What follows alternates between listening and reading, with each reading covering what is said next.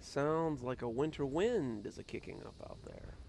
Finally, temperatures below 100 have come to Florida. Huzzah! I can break out my heavy winter coat now for a change. But, while I try to pick out the perfect winter chapeau to go with my dapper setup, let's get some stories around a cozy fire with me, Dr. Plague. Welcome to Cozy Horror. Let's get you started with some great stories and some great times. This one's not exactly in the season, but I suppose it is a holiday, and it does star my lovely wife, so let's give it a read, shall we? I'm sure all of us have been the subject of some unwanted attention. I can't relate. All the attention I get here is always so nice and wonderful. But some of us may have had someone we'd like to get rid of. Maybe had a stalker even, though I hope none of you have. But let's give a listen as we hear about her problem with a fellow who calls her M'lady. I was not at fault here. I don't understand why the universe has decided that I should suffer. As I lay here and listen to his throaty, phlegm-filled breathing, I consider again the idea that ending it might be best. It wasn't my fault. I didn't cause what happened to him. He should have just left me alone. Now I'm the one who must suffer his company, maybe for the rest of my life. The day had started with a hard slap of rocks against my window, and I loosed a loud sigh as I thrust the covers away from me. Every morning. Every goddamn morning. I hadn't had to buy an alarm clock since I moved in, so I suppose that was something. As another handful of stones cascaded against the window, I swung angrily out of bed and shifted the curtains open. I did not open the window right away. You only made that mistake once. The pudgy man-child on the sidewalk had just reared back to throw another handful when he saw the window open and smiled happily. That smile showed me every inch of his yellow teeth, his spotted gums, and the spit that covered his half-rotten teeth in a sheen of translucence. He was dressed in his usual attire, and I imagined I could smell him from 2 floors up. He wore ratty Chuck Taylor sneakers, cargo shorts in February that likely hadn't been washed since his mother had bought them from JCPenney, a ratty black trench coat that covered his grease-stained t-shirt depicting a busty anime girl who seemed overjoyed to be stretched across his voluptuous C-cup breasts, and a wispy beard that made his face look dirtier somehow, and the battered black fedora that capped it all off. This is what he had worn, or some iteration of it, every day since we had first met 2 years ago, and I shook my head as he waved a pudgy hand at me. "Good morning, M'lady." He knew my name. I'd told it to him 1,000 times, but he always insisted on calling me M'lady. Kenneth, what the hell do you want?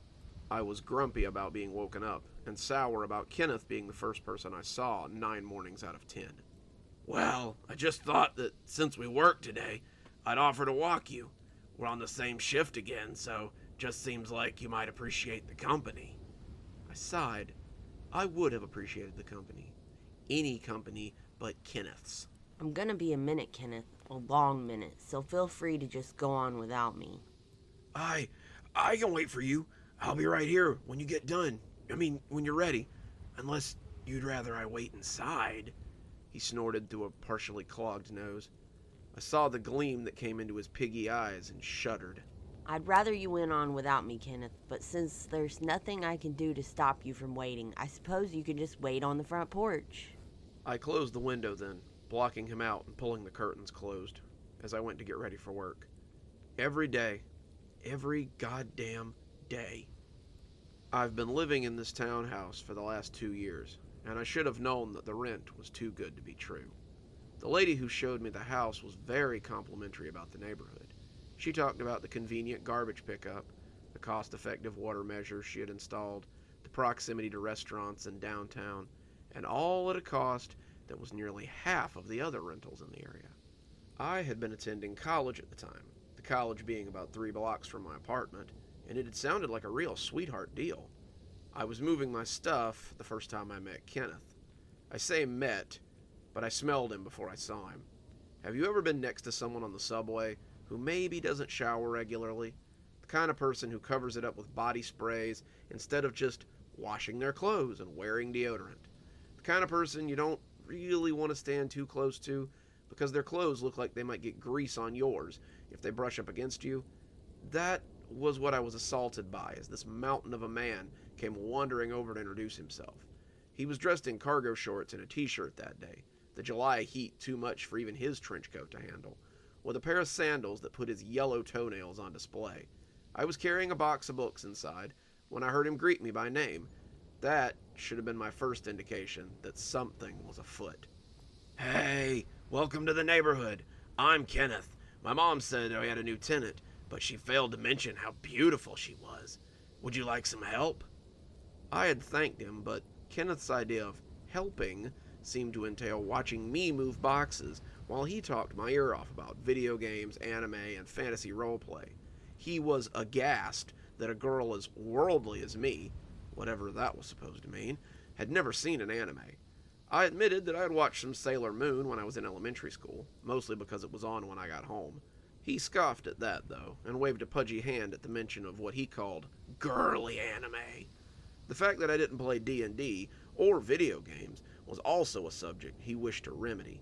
Thankfully, I had moved all my stuff in by the time he started talking about the third or fourth game franchise, of which he was a super fan, and I thanked him for his help. I'm going inside to unpack now, so I'll see you. "Ooh, I can help you unpack if you like." I had been standing in the doorway when he said it, the front door the only thing that lay between him and I. The look that crossed his face when he offered to help me unpack was akin to a cat left to guard a mouse. I could just picture his grubby man-child fingers pawing through my clothes, finding some reason to stumble across my underwear, pressing my shirts to his pug nose, and had to stifle a full-body shudder. On second thought, I'm pretty tired, Kenneth.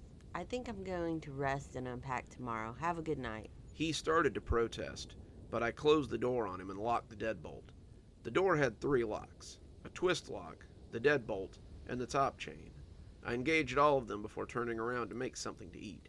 I had already decided that I would unpack before going to bed today, leaving Kenneth with no excuse to go upstairs and touch any of my things. His annoyance had become creepy pretty quick, and I did not want him hanging around any more than I could help. I had just gotten to the entryway to the small kitchen when I heard an unsettling noise from the front door. I turned and found the doorknob twisting a little, as whoever was on the other side tried to quietly open my door. I thought about seeing who it was, but my fear had a firm grip on me. Home is where you're supposed to feel safest, and that turning knob negated any safeness I might have felt. I couldn't prove it was Kenneth, but I couldn't prove it wasn't.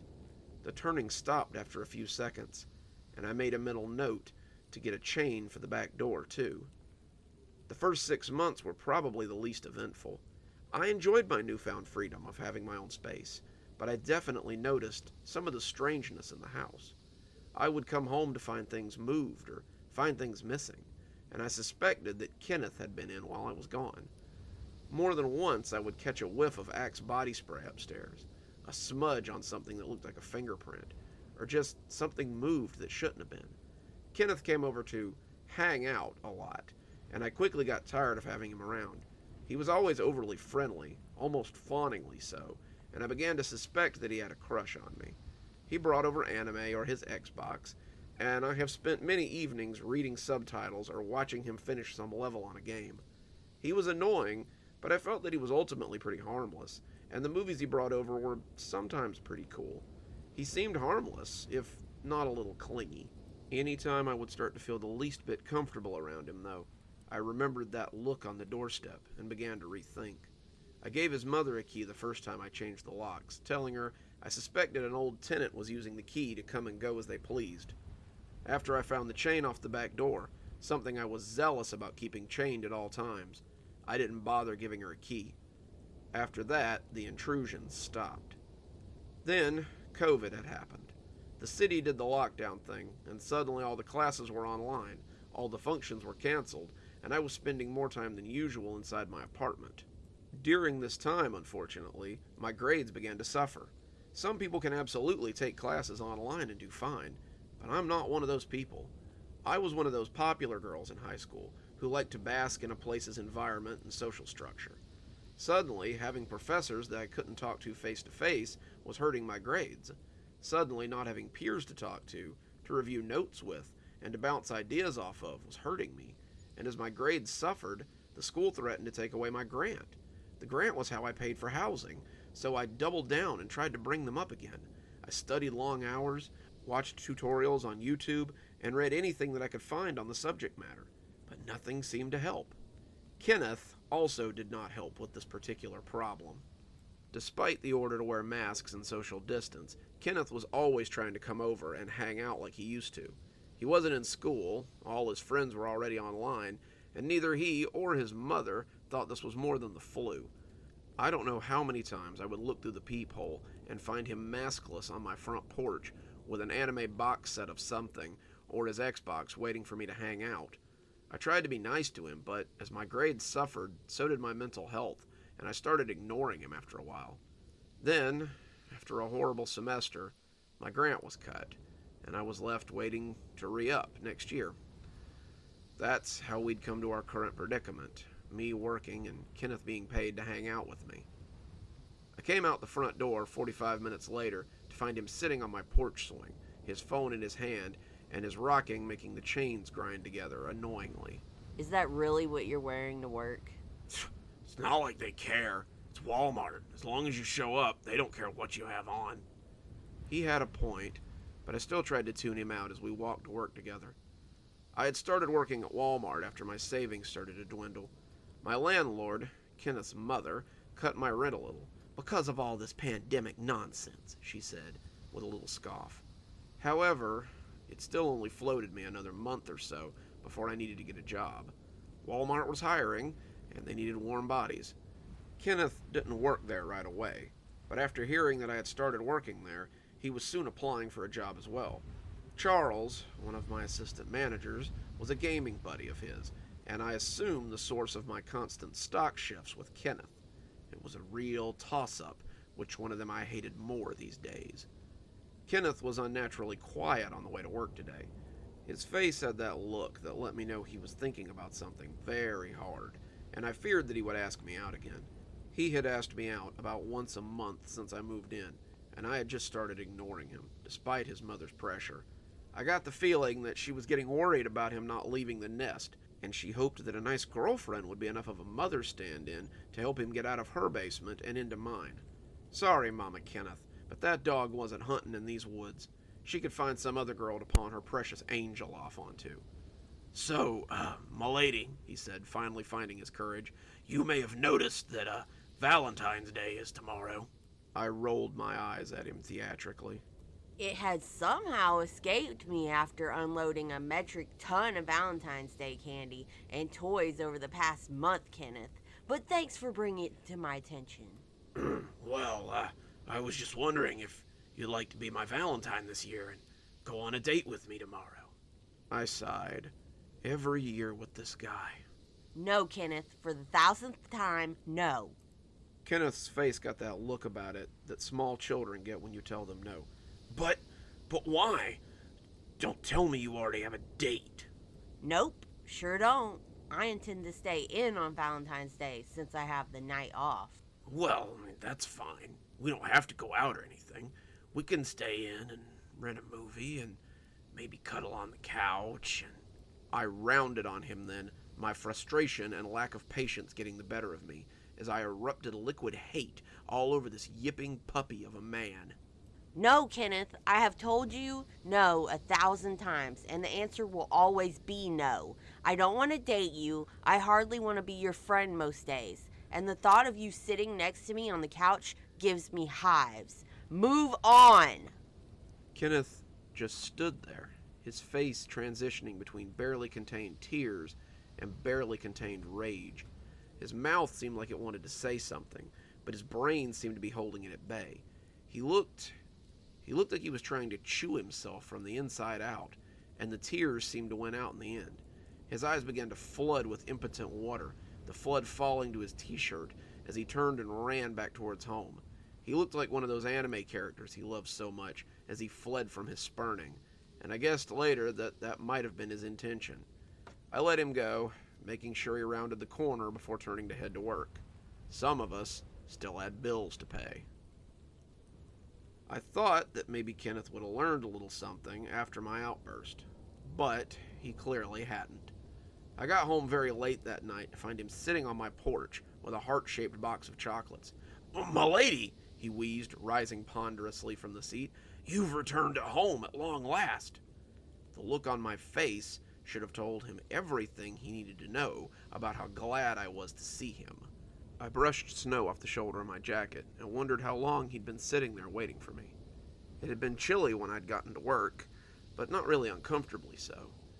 That had changed quickly over the last 8 hours, and all anyone at work could talk about was the freezing blizzard that was rolling in tonight. The old-timers were saying that the Weather Channel called for 3 feet of snow overnight, and it had already started to powder as I'd left at 10. I had walked back home with only the streetlights to keep me company, a welcome change from the usual yarking in my ear of Kenneth. Now, it seemed, I would have to get loud with him all over again. Yeah, you know why I had to stay so late? It was you. You didn't show up for work, so I had to do your job and my job tonight. I had to stock 2 departments in 8 hours, and then, when I couldn't get it done, I had to stay an extra 4 hours and finish your work. He backed away, holding up the box of chocolates like it was a shield, clearly not receiving the greeting he had hoped for. "Yeah, I kinda had a little freak out when you said you wouldn't be my girlfriend, but I realized that once you had the chance to calm down, you'd come to your senses. And we could plan our date for tomorrow. Here, I got you these chocolates. It's kinda late to make a reservation for anywhere, but, He stopped talking when I slapped the box out of his hand, the half-eaten box scattering across my porch. No, Kenneth, I will not date you. I will not walk with you to work. I am through pretending to be your friend. Go away and leave me alone. Take a hint, you insufferable man-child. I don't like you, and I don't want to hang out with you. I walked to the door and keyed it open, blocking it so he couldn't just follow me in. When I turned back to look at him, though, I was a little worried about doing this on the porch. Kenneth was breathing heavily, and I thought for a moment that he might be crying. The breathing was filled with rage, though, and I was suddenly very aware that I was a 5'2" woman yelling at a man who was nearly 6 feet tall and weighed about twice my weight. I suddenly needed to get in the house in a very short amount of time. I needed the door between Kenneth and I. I needed to call his mother, if not the police, and explain to her that her son was on the verge of a restraining order. "What the hell is your problem?" Kenneth bellowed, and I half closed the door as he turned to let his spittle of rage fly at me. "I'm nice to you. I try to be your friend. I bring you gifts. I do everything that a boyfriend does, and you still won't date me. That's not fair. You're supposed to love me. You're supposed to fall in love with me because I do all the things that girls like. I even went and bought the box set of Sailor Moon so we could just sit and watch it together, since I know you like that girly crap." He took a step towards me, and I slammed the door in his face. I had just engaged the deadbolt when he twisted the knob and slammed his full weight against the door, bellowing like a wounded animal. Go home, Kenneth. Don't bother me anymore, or I will call the police. He banged on the door a while longer, but I ignored him. When I had finished making myself a bowl of chili, I found that he had stopped pounding on the door. I ate my food, showered, got my clothes ready for tomorrow. On the off chance that we didn't get 3 feet of snow, I would need to go to work tomorrow and deal with Kenneth. He would likely be waiting for me as always, smiling his butter-toothed grin and waiting like an excited puppy for me to come out and play. I was snug in my bed, preparing to sleep, when I heard the music. The music was soft, romantic, and I thought for a moment that it might be something by John Legend. I could hear it coming from right below my window, and I flipped the covers back angrily as I went to have a look. Sure enough, it was Kenneth. He was parked in the snow, a large silver boombox in his hand, and as he lifted it up, bad 80s movie style, I opened the window. We made eye contact, his eyes filled with earnest emotion, and mine filled with nothing but puppy-kicking rage. I opened the window, chill scraping across me. Go home, Kenneth. "No," Kenneth said. "Not until you agree to date me." You're going to freeze out there. "Then let me in and keep me warm," he said, unable to keep that grin off his face. I just closed the window on him. He'd get cold and go home eventually. The music stopped about an hour later, and I guessed that his batteries had run dry after all that continuous playing. The next morning, I woke up to a sea of white. The snow hadn't been 3 feet deep. The snow had been 5 feet deep, and it spilled over onto my porch when I opened my door that morning. The wind was made of frozen razor blades, the power holding but flickering a little now and then, and I called work to see if I had to be there today. They said that they would be closed for the next few days. They told me to stay safe, and I decided to settle in for a well-deserved couple of days off. I had expected Kenneth to bother me since I was now trapped in my house, but he never came around. I got to enjoy a nice breakfast, and even got to watch some TV, before I was reminded that Kenneth existed at all. The knock came as the laugh track played on my 3rd episode of Friends, and I sighed as I tied my bathrobe so as not to give him any ideas. He would want to come in, pretending like we'd never had a fight yesterday at all, and I would likely have to yell at him again. I was surprised to see that it was Kenneth's mom, Janet, and not her portly man-child when I opened the door. "Hey there," she said, shivering on my porch as she pulled the scarf around her mouth. "I was just wondering if Kenneth was over here." Janet is, quite frankly, the sweetest woman I've ever met. In the 2 years I've been here, she's tirelessly fixed anything that's wrong in the townhouse, brought over food for things like 4th of July or Thanksgiving, and even apologized for Kenneth on more than one occasion. She's like Cartman's mom from South Park. She was a lovely woman, and while aware that her son was a nightmare, there was only so much she could do besides love him. Not since last night, ma'am. "Oh dear. Well, I do hope he's okay. He said you two had a little fight yesterday, and he was coming over to try to make up." I gritted my teeth hard enough to hear them creak, but I held in the rage I was feeling so I didn't cook this nice, oblivious lady alive. "Well, if you see him, tell him I was worried, okay?" As she left, I saw that someone had shoveled the sidewalk, and she had made a little path to my door.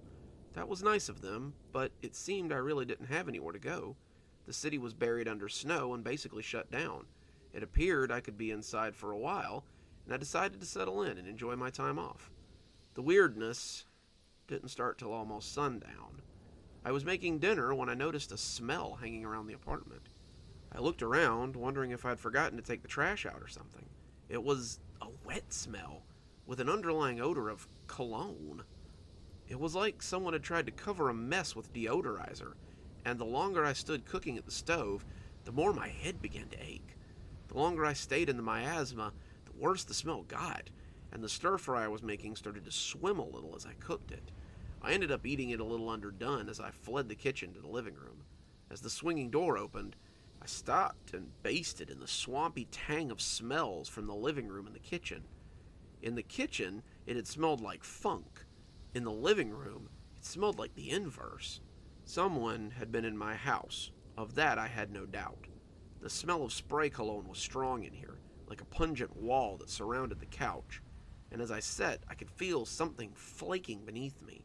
It was like sitting in a seat behind a small child, and as I looked, I could see chip crumbs sticking to my pajama pants. They were orange and smelled strongly of Doritos. I set my bowl down as I stood and walked through the house. I could see smudges around the room, especially on my figurines and some of my pictures. Someone with large, greasy fingers had been touching my things, and when I moved past the end of the table near the door, I took up the keychain with the mace on it. The doors were deadbolted, and though I didn't know how Kenneth had gotten in my house, I was certain that he was the source of this. If he thought he could hang out in my house and violate my privacy just to get his rocks off, he had another thing coming. My food was cold by the time I got done, triple-checking every room in my apartment just to be sure. There was nowhere he could have stayed hidden from me, not someone his size, and after spraying some Febreze around, I took my food up to my room and just ate it cold. I felt uncomfortable in the open down there, and as the snow blew and the wind howled, I sat on my bed and listened. At some point, I fell asleep, curling up in my bed as I listened to the silent house around me. When I came to, the lights were off in my room, and the curtains were thrown open to reveal a crystalline moon peeking in.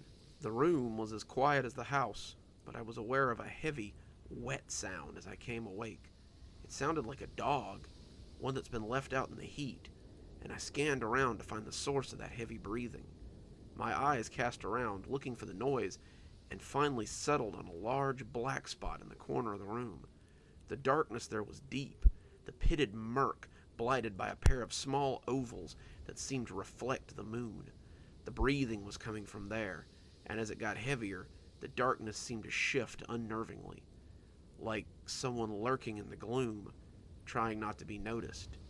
"M'lady," someone almost whispered, and I was up and across the room in a matter of seconds. I snapped the lights on, hands reaching for anything I could find to defend myself with. I expected to see him much too close as the lights came on. I expected him to bury me under his weight, pushing me down and feeling his hands as he tried to kiss me, to touch me. I gripped the ceramic vase as the lights came on, preparing to swing it and shatter it against his head as he... There was nothing. The lights came on and revealed nothing but an empty room with an anxious girl looking crazily around for an attacker who wasn't there. I didn't sleep that night. I just sat up and argued with myself until the sun came up. I knew what I had seen. I had seen Kenneth in the corner, heard the same deep, watery breathing I had heard 1,000 times.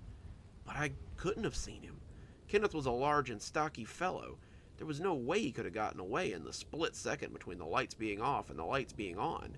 This wasn't someone who could squeeze under my bed in a split second or slip into my closet without notice. Kenneth often got winded on walks to work, and the idea that he could quickly get out of my sight was laughable at best.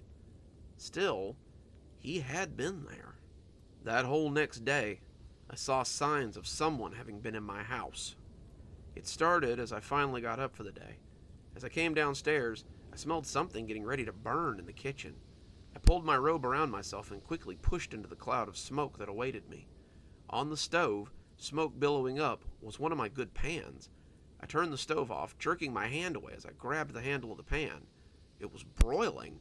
The burner turned all the way up, and I grabbed an oven mitt and took the pan off the stove. It wasn't until I put it in the sink that I saw a single blackened pancake at the bottom. A heart-shaped pancake. I was scraping the grit from the bottom of the pan when I suddenly heard an all-too-familiar theme song from the living room. The TV had been off when I got up. The lights dimmed to a soft glow. From under the swinging door, I could hear the TV blaring, and the pulse of bright lights clicked up to the max. I pushed in, expecting to find Kenneth parked on my couch, waiting for me with his big serial killer grin and his excuse of how, "Oh, well, the door was open, so he'd come right on in." But there was no one in the living room when I came through the door. There was, however, an indent in my couch, roughly the size of a large someone's backside. I searched the apartment again, already knowing what I would find, but needing the reassurance that I would find it. There was no one, just me, in my apartment. I turned off the TV and cleaned up the mess, waiting till 9 before calling my landlord, wanting to hear her tell me that Kenneth had come home. I wanted her to answer the phone and hear Kenneth in the background as he loudly whined for food or money or something. I wanted the confirmation that he was home, but I also feared it, because if he was home, then what the hell was going on around here? She answered on the 4th ring. "Hello? Hello? Did you find him? Please say you found my baby." I sighed, my hopes shattered.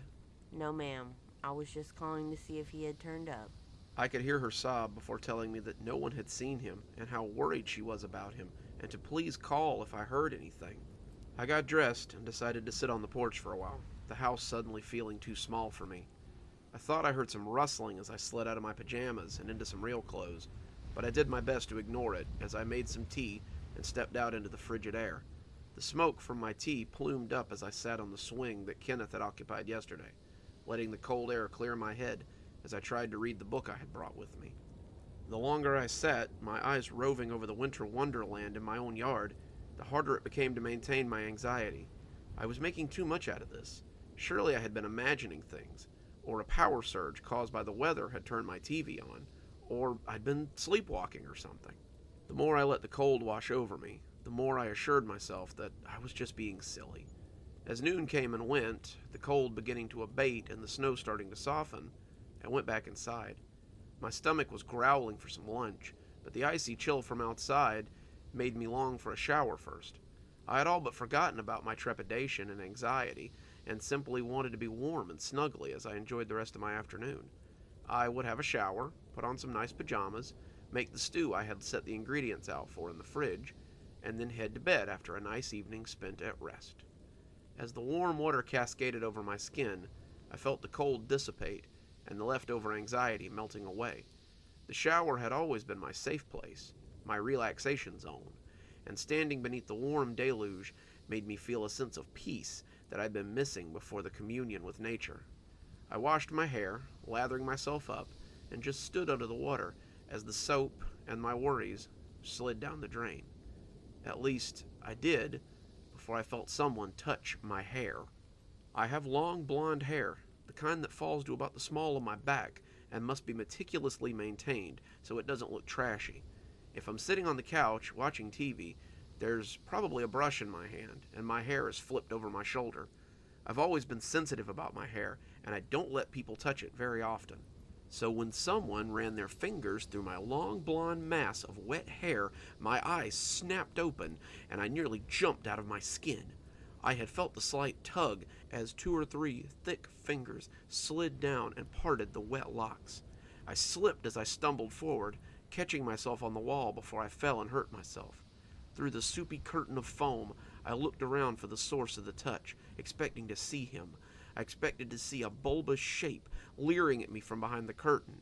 But as I swiped the tangled muck out of my eyes, I was greeted with an empty bathroom. I came shakily out of the shower, hands trembling as I reached for my towel. I was shaken badly. I knew what I had felt. Enough men had tried to touch my hair for me to know what it felt like, and I couldn't trick myself into believing I'd just been imagining things. As I slid back into my clothes, the fog still thick around me, I was met with something even less easy to overlook. Written in the steam on the mirror, the lines reflecting my own horrified face back at me, was the word, "M'lady."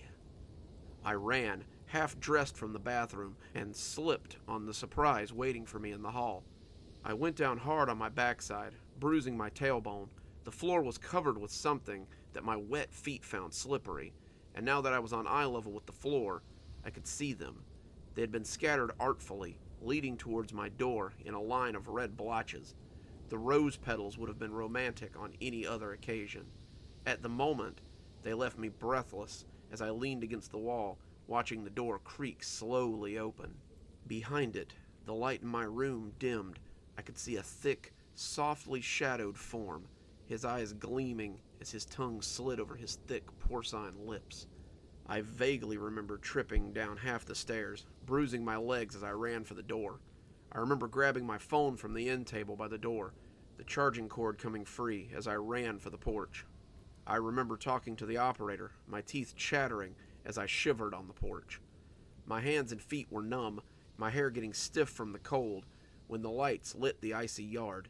The sun had started to melt the snow, even as it set behind the nearby houses. The lights on the snow looked odd, almost ethereal, and as they approached, I was thankful when someone threw a blanket over me.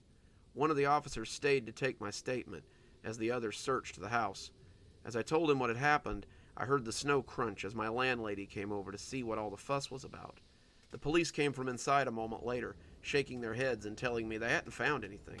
Someone was definitely in there, though. There were rose petals all over your bed and a box of chocolates sitting in the center.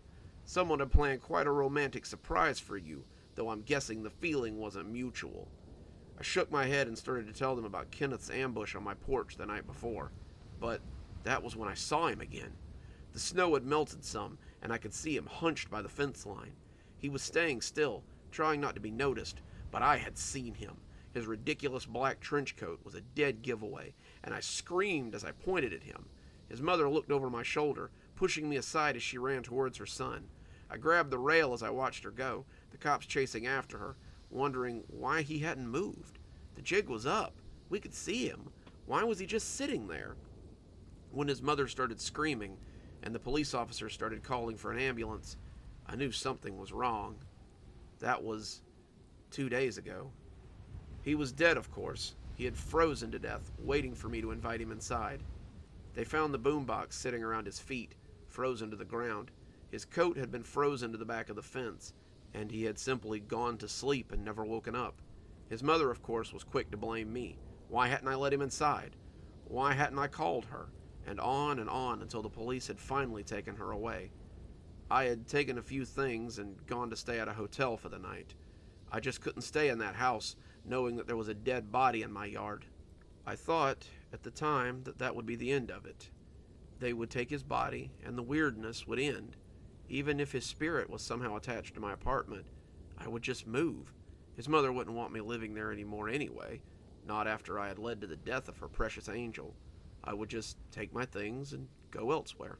When I woke up this morning to find the words "Milady" written on the bathroom mirror, I knew then that this wasn't attached to my apartment. The haunting had nothing to do with my place at all.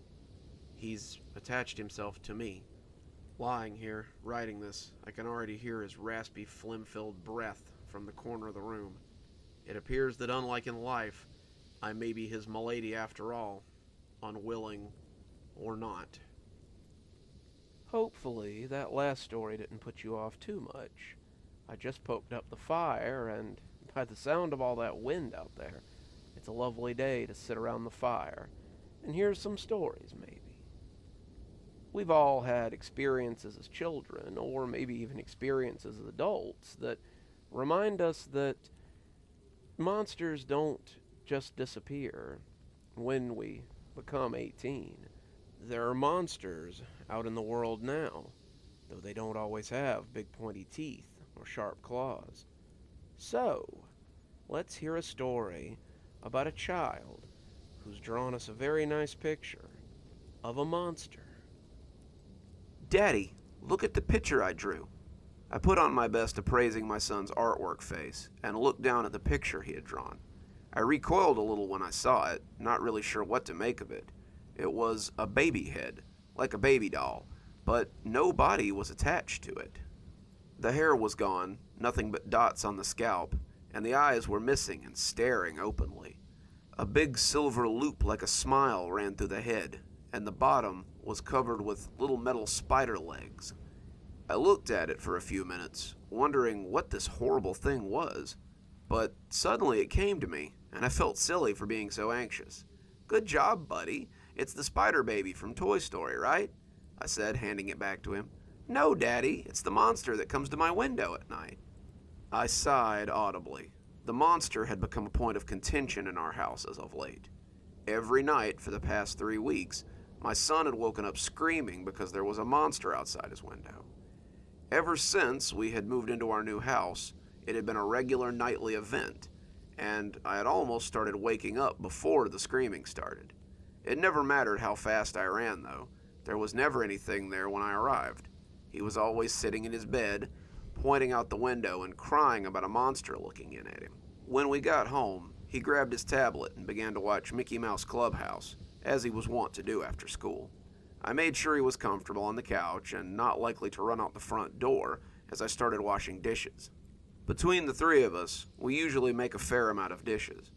I was just finishing up when my wife came home, grimacing at the picture on the fridge as she came in. "That's an interesting piece of artwork," she said, kissing me on the cheek. "Apparently, that's the monster that's been waking him up every night," I said, making her frown as she sat at the table. "Ugh, the monster again. This has to stop. We have to do something." I shrugged, tossing the drying rag into the sink. "I wish I knew what. What if you spent the night in there tonight?" I looked dubiously at her. "What, like on the floor or something?" "No, you could sleep in the other bed in there." I always forget there are 2 beds in my son's room. They were bunk beds, one on the ground level and one on the top. One was supposed to be for guests, playmates, or cousins who wanted to spend the night. The other was for him. In reality, though, it was more of an excuse for my son to pick a bed to sleep in every night. He usually slept on the top bunk, sitting right beneath the window, but sometimes he liked to sleep on the smaller bed at the floor level. "Okay, I guess I'll spend the night in there. Promise you'll reward me in the morning?" I teased. She said she would and giggled when I kissed her on the ear. That reward would never come, though. That night, we went through our nightly routine after dinner. We brushed our teeth, put on our pajamas, and got ready for bed. As I picked up the book and directed him to the loft bed, though, he grabbed my arm and shook his head. I thought he would argue about bedtime. He wasn't a big one for bedtime. Instead, he shook his head and pointed at the bottom bunk. "Can I sleep there?" he asked, pointing at the bunk. I sighed and looked up at the top bunk, wondering how I would get up that tiny little staircase. One look at my son showed me something was seriously going on, though. He looked scared, too scared for a kid his age, and I was kind of scared myself all of a sudden. What was so scary about this bed? This wasn't the first time he'd balked at the idea of sleeping in the loft bed, and I was kind of hesitant to climb into it. I got over that quickly and told him he could sleep on the bottom if he wanted. So we read our Clifford book, I turned out the lights, and swung up into the top bunk as I snuggled down to sleep. For a few hours, I slept fitfully. I was awakened in the dark of the night by a light scratch at the window. It wasn't a loud scraping. It was soft, like something rubbing lightly against the glass as it attempted to get my attention. Maybe a fingernail, maybe a knife tip, but it was consistent in its efforts as it rubbed. After the picture earlier, my mind tried to conjure an image of a baby head with metal spider legs scrabbling at the glass. In my dream, it dug perfect grooves into the window, like a jewel thief's tool in a movie, and it was making progress through the glass. The baby's head had a mouthful of metal teeth to go along with its legs. The teeth gnashed at the glass as the legs cut, and I could do little more than lay there and watch him cut through the transparent barrier. I woke up as he scuttled in, leaping at my face, its twisted metal teeth twinkling. When I woke up, I thought the dream hadn't quite ended. The scraping continued, that soft, whispery sound, and I opened my eyes and glanced at the window. I was covered up, a pillow over my head, and my eyes peeked from beneath the corner of the blanket. I was still half asleep, and as the crust broke away from my eyes, I thought I might still be dreaming. I saw the baby head, metal legs still scrabbling, pressing against the window. I lay still, watching the little creature bounce off the glass. Its scalp was a stubby patch of yanked out hair. Its one blue eye looked straight ahead, placidly, while the other yawned vacantly. The metal legs were bumping and rubbing, making scratching sounds against the glass. They didn't seem as dexterous as they had in my dream. The monster thing seemed like a Halloween decoration, something blown by the wind as it swung from a post. And as I watched it shake and spasm, I noticed the ring from the picture. That thick metal hoop ran through the head and connected it to a thick chain. I followed the chain, and the outline of a person began to come into view. He was framed perfectly against the privacy bushes in front of the window, his clothes blending seamlessly. He was tall, 6 feet at least, and his body was large and looked strong beneath his sweater. His face was doughy and pockmarked as it pressed against the window glass, his tongue wet and forming bubbles as it slid over the filthy glass. His flesh was pressed against the window as he looked into the shadowy room, his eyes searching for something. Thankfully, my son probably never saw him and had only ever seen the strange baby head necklace. If he had seen this strange face pressed against the window, he would have likely never slept in his bed again.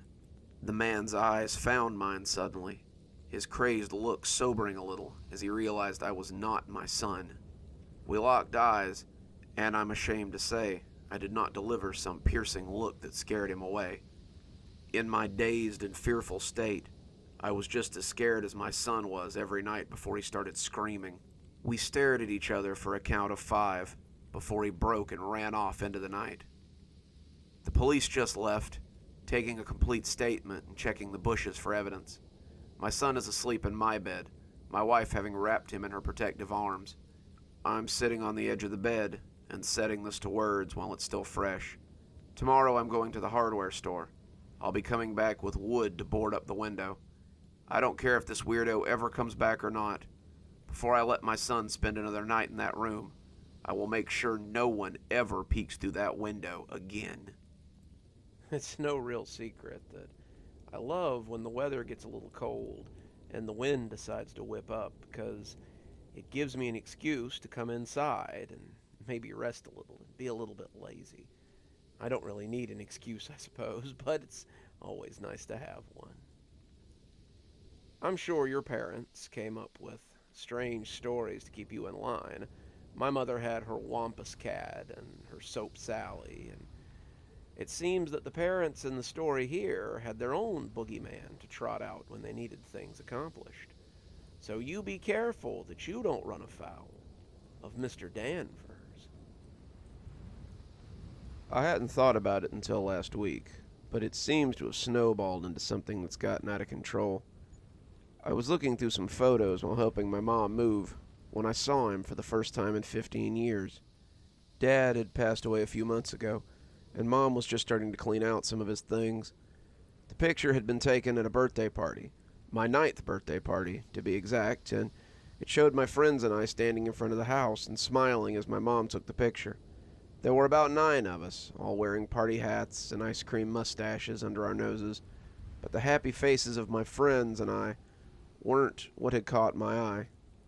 It was the gaunt man standing in the window of the living room, the one looking out at us with the empty black eyes and the sinister little smile, the man who had haunted my childhood, though I'd never quite believed in him after the age of 12.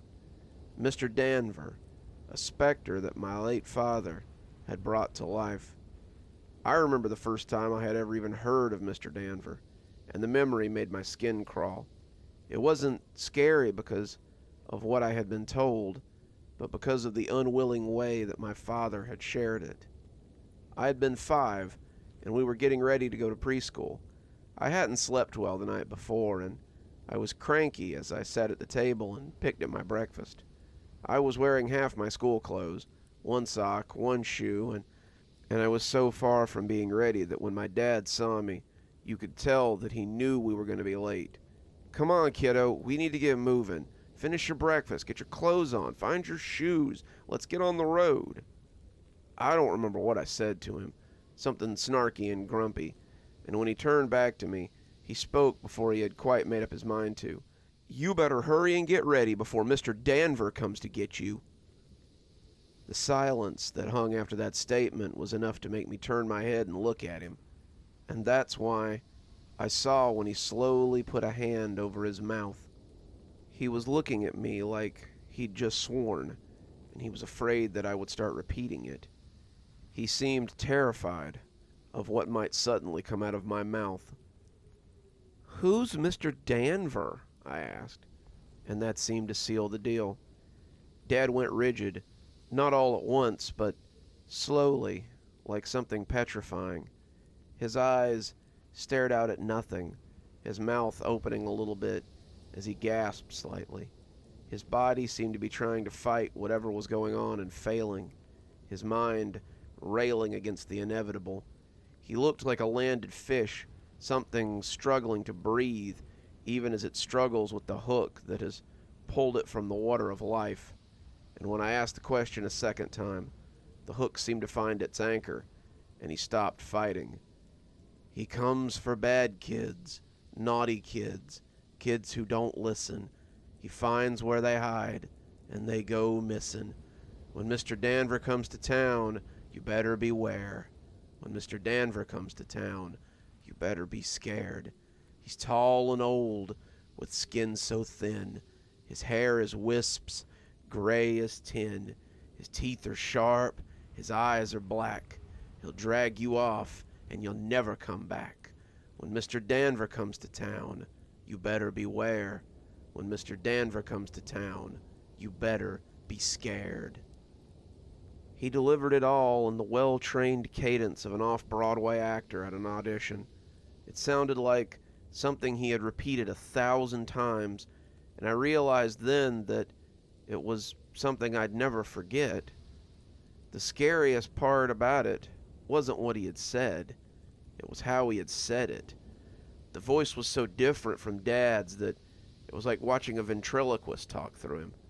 Suddenly, it felt like a stranger was in the house, and I shuddered as a cold chill ran through me. I didn't say anything in the face of that silence, but when I lifted a hand to my eyes, I realized I was crying. Large, silent tears were sliding down my face, and as my dad came out of his trance, he started crying too. He came to scoop me into his arms, and pressed me to his chest as he repeated the same thing again and again and again into my corn silk hair. I'm sorry. I'm sorry. God help me. I'm so sorry. When Mom came home to find us both watching Disney movies on the couch, she asked why he had called out of work and not taken me to school. When he explained the situation in soft tones as he pressed his mouth against her ear, she joined us on the couch and pulled me into her lap. That was the first night I saw the old specter, but it wouldn't be the last. I woke up with the most profound chill I'd ever felt. It ran up my cheeks like mice feet, and my eyes popped open as I lay in bed. The room was dark, my toys casting shadows across the floor as the moon crept in through the window. But I knew those spooky shapes were not the source of my discomfort. I could almost imagine that I heard the song Dad had sung as it scampered in with the air conditioner in the vents. I could see the dust motes in the moonbeams as they boogied to that haunted chorus, and as I stared at them, that's when I saw him. He was hunkered in the corner, his knees against his chest, his arms resting on his knees. He was looking at me from the pit of shadows where he sat, and when he realized I was looking back at him, I saw a wide grin stretch across his face. His toothy mouth stretched ear to ear, and as he stood up, I could hear his joints popping like kindling wood. His hair set neatly on his head, looking like the hair you saw on zombies in horror movies, and it brushed the ceiling as he stood up. He rose until his head nestled in the corner of that ceiling, his frame all of 8 feet tall. He had a hat in his hand, a hat I would later learn was called a bowler, and his arms were covered in a rich brown suit coat. He was wearing a suit beneath it, but I was only vaguely aware of it. As he rose, the moon casting his features in contrast, I was mesmerized by his eyes. They were dark pits of shadow that looked at me with mirthful knowledge. "Sorry to wake you," he said, his voice sounding like someone who's lost their breath to excitement. "I just wanted a peek. I'm sure I'll get a closer look sometime. Toodaloo." I started screaming then, and when Dad came in and turned the light on, there was nothing in the corner but the star stickers that stuck to the ceiling above the spot. Those stickers never glowed again, and I took them down when I noticed and threw them away. I was afraid he had gotten his taint on them. Dad pulled me into a hug, Mom beside him, hugging me in an instant, and both of them held me until the shaking stopped. After that, I saw him any time I did something disobedient. Sometimes I would see him lurking in the corners of my vision if I said something smart to my mom or dad. Sometimes I would feel those black eyes watching me if I didn't do my chores. There was a time when I heard him laughing after I'd gotten angry at my mom, and I was always quick to apologize and make things right. Mr. Danver made me conscious of my actions in a way that I'd never been before, and I was a better person because of it, I suppose. I never saw him when I was rude to my friends, but just the knowledge that he might be watching me made me forgive more often, and I was less likely to be cruel to others. Sometimes when I thought about cheating on a test or taking something from a store, I would imagine him just waiting to get me and think better of it. It all culminated when I was 12, on the day I ran away from home. I've been looking forward to a sleepover at my friend's house that weekend, an event that was highly anticipated. Matt had one of these for his birthday every year, and a bunch of us would go to his house and eat junk food and watch movies and tell scary stories and just have the times of our lives. I'd been looking forward to it for weeks, and I knew that if Mom found the math test at the bottom of my bag, the one with the big red F on it, I could hang it up. I'd buried it deep in my backpack, but not deep enough apparently. She had found it before I could make my escape to the party, and we had gotten into a screaming match over it. It was unfair, I told her. I'd looked forward to this party for so long, and it wasn't fair that now I didn't get to go. She said that was too bad, and if parties were more important than schoolwork, then I needed to get my priorities in order. I was so mad, so furious with my mom, that I did the unthinkable before I could remember the specter of Mr. Danver. I told her I was going whether she gave me permission or not, and walked out the door before she could stop me. I ran up the street, heading for Matt's house, listening to my mom call from behind me. I expected her to be angry. I expected her to be upset. Instead, she just sounded scared. She told me to come back, that we could talk about this, but I was in no mood to listen. I was going to the party, whether she liked it or not, and nothing was going to stop me from getting there. It wasn't until I saw him standing under a burnt-out streetlight that I remembered the looming specter of Mr. Danver. When it began to flicker, I realized it had a little more juice in it. In the flickering light, I could see the tall, thin frame as he grinned at me, his translucent skin clinging to his face like a mask. He had his hat in his hand again, his immaculate suit still looking pristine in the flickering light, and his eyes reflected that flicker like a stuffed animal's. He looked unreal, standing in the everyday world, like a piece of Halloween decor that's a little too well made. He was utterly still, his head brushing the bottom of the lamp, but his fingers gave away his excitement. They drummed on the brim of his hat and made him look like a dog preparing to yank his lead and give chase.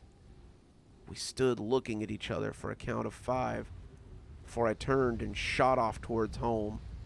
Mr. Danver was coming after me just as quick, but his lack of footfalls made me panic all the more. I turned to look and saw the too-tall thing eating up the ground. His long legs moved like a spider's, and he ran like a cartoon character in big, exaggerated galumphs. He was gaining on me with every step, his strides twice my own, and I screamed in frustration and terror as I put on an extra burst of speed. To think that a moment of frustration was going to seal my fate forever. I'd been hyperfixated on my behavior for so long, and now a sudden lapse in judgment was going to kill me. "When Mr. Danver comes to town, you better beware." The wind seemed to bring the hateful words to my mind as it rushed past my ears. "When Mr. Danver comes to town, you better be scared." I was scared. I was terrified. When my house came into view, I was afraid that I would get snatched within view of the front door. Mr. Danver would reach out with one long arm and pull me into the darkness, and I'd be gone forever. It would happen just that quick, and no one would know what had gotten me. Correction, my parents would know. They would know, but how would they tell anyone? To admit to such would make them sound nuts and probably make people think that they were responsible for my disappearance. I turned suddenly, going through the gate and running up the walk, and I felt the icy chill of Mr. Danver's hand as it passed inches from me. I took the steps 2 at a time, praying the door would be unlocked, and when Mom threw it open, I leapt into her arms. "I'm sorry. I'm so sorry, Mom. I'm sorry. Please forgive me. Please don't let him take me." I pressed my face against her, not daring to look back into the yard. Mom whispered that she forgave me, but when she talked to Mr. Danver, her voice was a mixture of rage and an old fear. "Get out of here. All's forgiven. There's no misdeed. You cannot take him." I kept my face pressed against my mom, but I still heard Mr. Danver's spidery voice when he answered her. "Another time, then." When I peeked back, he was gone. Dad came home an hour later, getting off work early after Mom called him, but I was still shaking and sobbing on the couch. "Why?" I asked him when he came in. "Why did you tell me about Mr. Danver?" My dad was quiet for a moment, thinking about his answer, before sighing and saying, "'Cause it's not something I meant to do. It happens. Someday it'll happen to you too as well." "Never. I would never do that to my child." I shuddered as he wrapped me in a hug, but I didn't pull away. "Sweetie, you won't have a choice.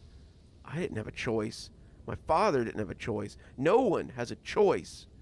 Once you know about him, the knowledge demands to be shared. His name is dark knowledge, a secret shared by many, and it must be served." That was when he told me how he had come to know about Mr. Danver from his father. I was playing with something on the couch when Dad told me to clean my room. I ignored him, wanting to finish my game, and when he said if I didn't go do it now, he would call Mr. Danver, I looked up, and when he said it, the look on his face was both confused and afraid. Dad, your grandpa, wasn't always the nice guy that you know. He joined AA when I was in high school, but before that he was a drunk. He could be mean when he was drunk, too, and I should have known better than to hesitate when he asked me to do something. Instead, I asked who Mr. Danver was, and when he sang me the little song, it was the soberest I'd ever seen him up until that point. The words were forced out of him like vomit, and when he finished, he threw his arms around me and told me how sorry he was. Dad looked at me, and his eyes were hollow pits. I saw him in my room that night, and it wasn't the last time either. He told me that when he'd told the story to Mom, the one about his father telling him about Mr. Danver, she'd cried and said that she'd seen him too. Her dad told her too, "One day you'll tell your kids. You won't want to, but you won't have a choice. The song is as inevitable as Mr. Danver." "What you got there?" I jumped as Mom came in and found me looking at the picture. I put it in my pocket, not wanting to remind her about Mr. Danver if I could help it. I moved to another box, Mom taking the box of photos I'd been looking through, and I tried to put the name out of my mind. It was easy to do as I worked, but as I sat at home later, still sore from a day of moving furniture and sorting boxes, I started thinking about it. If my parents and I knew about Mr. Danver, did anyone else? I pulled up Reddit and made the post before I could think better of it. I didn't know if you could transfer the knowledge like that, but I wanted to know bad enough to find out. "Hey guys, I remembered something from when I was a kid. I just wanted to know if anyone else had heard of it."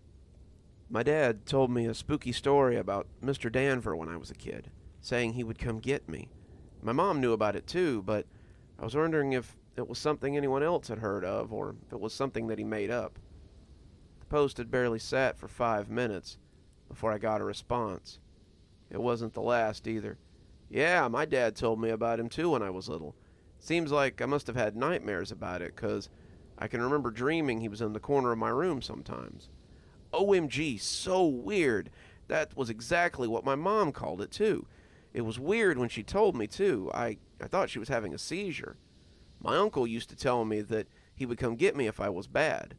Wasn't there a song or a poem that went along with it too? Yeah, it was pretty catchy, but I can't remember all the words." On and on and on. The thread had about 100 comments, and not all of them were Americans either. Mr. Danver seemed to be something that lived in the consciousness of most English-speaking people. And even if it had a different name, the descriptions they gave were exactly the same. Tall, suited, pale, wispy hair, sharp teeth, black eyes. The description was universal, and the idea that I wasn't alone didn't make me feel any better. If you too have experienced Mr. Danver, then it's already too late. One day you'll tell your kids. One day they will have the knowledge. One day, if they're lucky enough to avoid the icy grip of Mr. Danver, they'll pass it on. The cycle always continues, whether you want it to or not. One day, I too will infect my child with the looming specter of Mr. Danver. That wind's got me in mind for a nap a little later, I think. What day doesn't seem to hit a midpoint with a nice nap? As long as it's had a early point of some fine stories, that is. Switching from scary stories that our parents told us is everyone else's favorite boogeyman, public access television. So, let's hear about a strange yard sale find, and about your new best friend, who will always be there for you, who will always listen, and may just become your greatest addiction. Let's hear a little about Mr. Harzow's Corner. I've been searching for this tape most of my life. I've thought about nothing else since it was taken from me 12 years ago. As I sit in my grandmother's bedroom, holding the familiar red plastic in my hands, I feel a sense of inner peace. I know that my search is over, and that serenity can follow. Mr. Harzow's Corner was a show that I watched religiously from the age of 4 to 6. It wasn't some mysterious TV show that I saw on basic cable. It wasn't some scrambled signal I got from a weird public access network. It was actually something I found at a church rummage sale. The box of VHS tapes was sitting on a little table with the words 5 for $1 scrolled across it in permanent marker. I had leafed through it and seen the usual church swap meet stuff. Winnie the Pooh, Veggie Tales, all the Disney movies with their cracked plastic windows and dirty fingerprints on the names. But nothing really stood out. I had selected a few Winnie the Pooh episodes when I found the dirty plastic cassette near the bottom. It had a lurid red body, the color similar to old lipstick, and a handwritten name on the front. The black magic marker name read Mr. Harzow's Corner, and it immediately caught my attention for some reason. I picked it up and just looked at it for a moment. I had grown up in an age of strange cassette tapes. Nickelodeon put out the chunky orange cassette tapes that often had episodes of Rugrats or Wild Thornberrys, and even some of the VeggieTales cassettes were different colors, depending on whether they were holiday specials or not. This one, however, seemed odd right off the bat. The plastic just felt thick in my fingers, and I remember both wanting to put it down and never put it down again. Finally, after 10 minutes of just looking at it, I did put it down, and I grabbed 2 cassettes featuring episodes of Barbie's Dream House, a Nickelodeon cassette featuring the Rugrats, and 2 with handwritten names saying they were old Winnie the Pooh cartoon episodes. I brought them to my mom, and after looking over them, she nodded and gave me $1. I had taken them to Miss Wazowski, the cheery old lady who often organizes these rummage sales, and she put them in a plastic grocery bag and smiled at me as I walked to rejoin my mom. It wasn't until I got home that I realized there was a 6th tape in that bag, though. I had just turned on the VCR TV combo in my room when I realized there was an unfamiliar, yet very familiar red cassette tape at the bottom of the bag that had definitely not been there when I'd checked out. I picked it up and saw that Mr. Harzow's Corner was scrawled across the front, and it was weird that I didn't remember picking it up at all. Instead of putting it back, I put it in the VCR and watched as the static began to clear on the screen. I had been intending to watch some of the Winnie the Pooh episodes, but the bag of tapes would sit forgotten for quite some time. Mr. Harzow's Corner would be the only thing I really cared about for the foreseeable future. The show appeared to be nothing special. It was clearly a Mr. Rogers knockoff, but the Mr. Harzow character was strange, yet endearing. He looked normal enough, a slight blonde guy, taller than your average kids show host, with a corduroy jacket and a pair of battered jeans that covered the tops of his Reebok sneakers. The camera showed him coming into a normal living room, again very reminiscent of Mr. Rogers, and then greeting everyone with a big smile and a waving hand. "Good afternoon, boys and girls. And of course, a very special afternoon to children of all ages. Welcome to Mr. Harzow's Corner. Know that I am glad to see you, and that I am always here, just for you." As it went on, Mr. Harzow's Corner turned out to be nothing like Mr. Rogers' Neighborhood. Mr. Rogers often taught children life lessons about accepting people and being a friend, and lessons about how the world worked. Mr. Harzow's corner was more like having your own personal therapist inside your TV. Mr. Harzow taught no life lessons. He went on no adventures in make-believe. He just sat in his big easy chair with a cup of tea at his elbow and listened. First time I watched the episode, I was a little bit confused. After his greeting, he just leaned back and looked at me, smiling in a very strange way. His smile was warm, inviting even, but he seemed to be waiting for someone on the other end of the camera to begin talking. He just sat there staring at me, and I began to become a little creeped out. Even at 4, I knew it was a little bit unusual for adults to just sit there and stare at you. I remember reaching out to hit stop on the tape when suddenly Mr. Harzow cocked his head and seemed to speak directly to me. "Leaving so soon? I understand. Well, I'm glad you came to see me today. I hope you'll come again very soon." My finger stopped over the button. Was he talking to me? It seemed like he had been, but this was just a VHS tape. This was an age before interactive tapes, and the idea that the VHS could talk to you was a little eerie, but also a little bit interesting. When he had spoken directly to me, I remembered feeling a little sad that I was leaving already. He seemed like he understood, but maybe he was a little sad to see me go as well. I recalled my hand, and that big grin spread across his face again. "Changed your mind? I'm so glad. So why don't you tell me about your day? I'm sure I'd love to hear all about it." I sat for a moment, thinking about what to do. Finally, I told the smiling stranger on the tape about my day. I told him about my mother and going to the rummage sale, about finding his cassette tape, about bringing all the cassette tapes home, and discovering that his cassette tape was in with the ones I had bought. I told him I hoped I wouldn't get in trouble for having 6 instead of 5 cassette tapes, because my mother would think I had stolen it and she would get mad. Through it all, Mr. Harzow just sat and nodded, smiling his smile and listening as if I had the most interesting things in the world to talk about. Even at 4, though, I began to think that this was just someone pretending to listen. I remember thinking back to shows like Dora the Explorer, where Dora would ask a question and then pretend to listen to your answer. No matter what you told her to do, whether it was to go towards the next thing she had to do or sit in the grass and look at the clouds, she always came up with the right answer and went off to do what she was supposed to. I assumed that Mr. Harzow would do the same. He would interrupt me any minute now, just like Dora did if you spoke for too long, and start on some pre-scripted bit of dialogue. But he didn't. He sat and listened politely until I was done speaking. Then he nodded and answered me as if we were two people having a normal conversation. "It sounds as though it's been an exciting day for you. I'm glad you got to go and do something important, something that you enjoy. It's a real honor to be part of your life, and I hope we can be friends for many years to come." I spent the rest of the day in my room, talking with Mr. Harzow and telling him about my family, my home, and my life. He always seemed interested in my stories, and he always listened with that big smile and that fatherly way of talking about everything. My mom called me for dinner, and he said he would wait for me to come back. When I returned, he was still sitting and looking at the screen like I had never left. He asked me about dinner, and we talked until it was time for me to go to bed. "Will I see you tomorrow?" he asked, and I assured him that he would.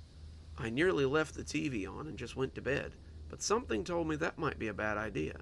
Not because the tape was cursed or haunted, but because Mom might come in and find it on. She might talk to Mr. Harzow, and Mr. Harzow might decide to be her friend instead of mine. The thought of losing Mr. Harzow, even after such a short time, made me feel furious, and I turned off the tape and went grudgingly to bed. I spent the next 5 months with my nose pressed against the TV screen, and Mr. Harzow listening to all my problems and woes. When my mom grounded me after the dog knocked the lamp over, he listened and consoled me. When my dad accidentally bumped me and I fell down the last 3 stairs, he was the one who told me it would all be okay. Every childhood problem, every unforeseen event, Mr. Harzow was there for me. It wasn't just that he listened. It wasn't even his advice that made me love him so. When Mr. Harzow talked to you, you felt like you were the most important person in the world. His attention was the most important thing you could ever have, and my 4-year-old brain drank that attention in. I became hesitant to leave the house, making up excuses why Mom couldn't go places, since I'd have to come with her. I wanted to spend every waking moment with my new friend, but something on the horizon would leave me with even less time with my dear Mr. Harzow. When I had to start kindergarten, Mr. Harzow told me how it would be new and exciting, and how he wanted to hear all about it when I got home. I attended kindergarten for about a week, coming straight home to lay on the floor of my room and talk with my new friend. When Mom got a new job. She had landed a job as a tech support supervisor for a new company, which meant she couldn't take me after school anymore. Dad worked in a prison, so he was almost always at work. It began to look like I might have to go into after-school care. I was understandably upset about this, because it would limit the already slim time I had to chat with Mr. Harzow. Fortunately, there was an alternative. My grandmother agreed to take me after school. My grandmother lived alone, my grandfather having died before I was born, and I think she was excited about watching me. Grandma had been very sad since my grandfather's passing, and it had turned her into a quiet shell of her former self. My mom always talked about what an outspoken and vivacious woman my grandmother had been when she was younger, and now it seemed like I might get to meet this new grandma. As bad as it sounds, I wasn't really all that interested in any of it, though. I simply wanted a place with a VHS player so I could watch my tape. At first, that was all we did, too. Grandma would pick me up from school, asking how my day had been, and asking what I might like to do once we got home, and I would tell her that I wanted to watch my tapes in the den.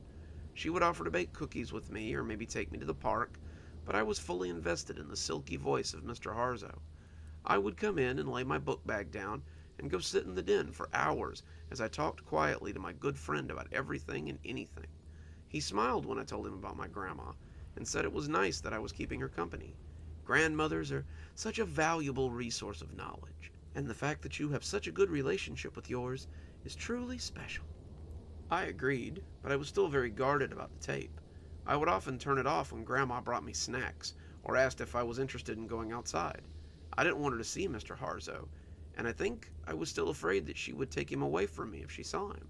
She would want him to be her friend, and then I would be unable to see him since he would want to spend all his time with her. Mr. Harzow never said as much. All of his advice was placidly given through the TV after he had sat and listened to me. But I knew that if I coveted this tape, then others might as well. Over time, Grandma did manage to coax me out of the den. I was 5 after all, and the smell of cookies or the promise of ice cream had a talismanic effect on me still. Mr. Harzow became an after-dinner friend, a rainy day friend, but I still found myself wanting to spend as much time with him as I could.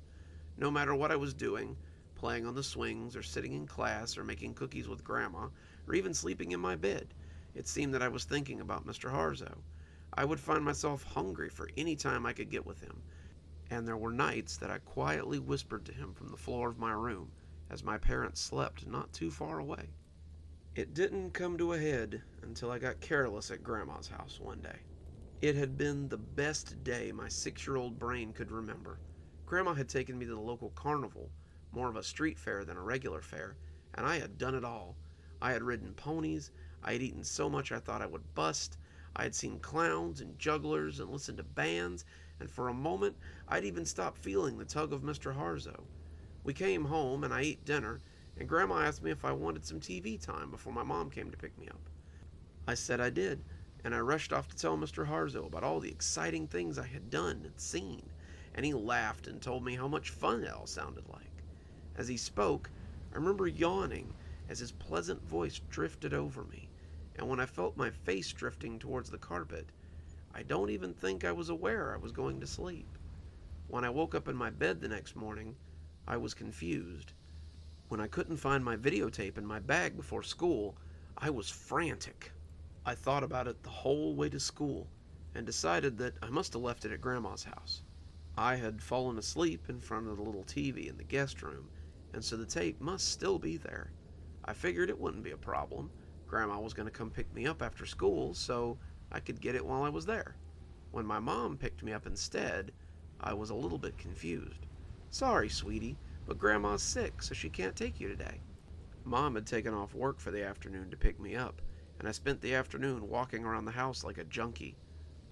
I hadn't been without my tape for the last few years, so being without it now was like torture. I tried to go out and play, but I just couldn't get interested in any of the games. I tried to watch TV, but none of my favorite shows seemed to hold my attention.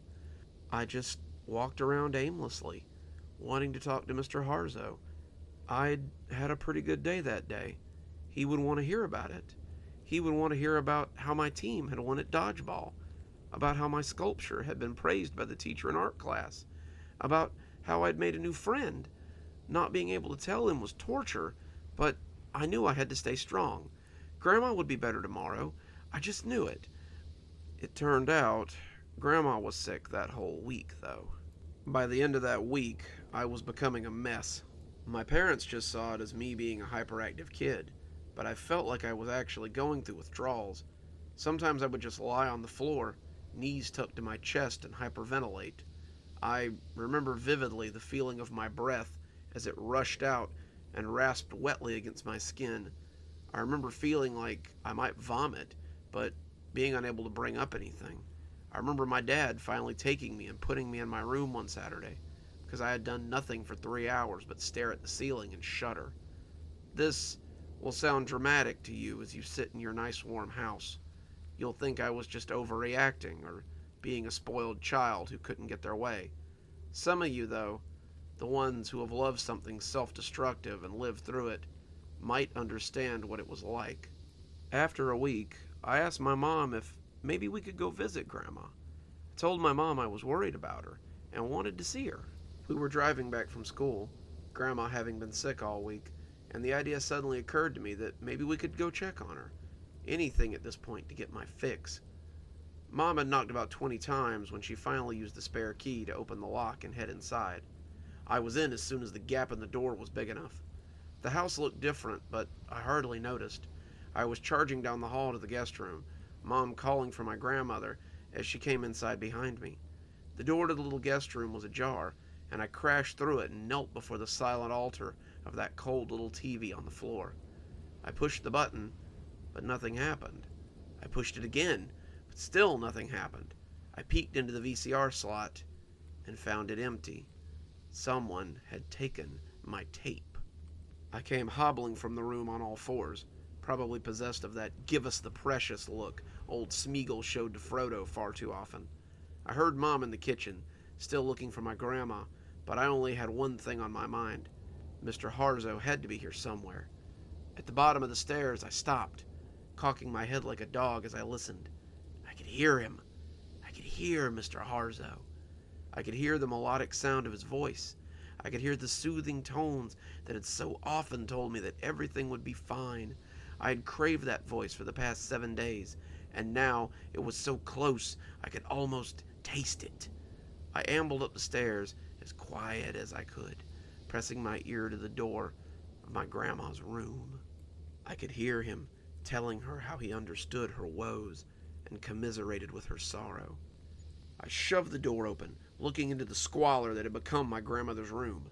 It was filthy.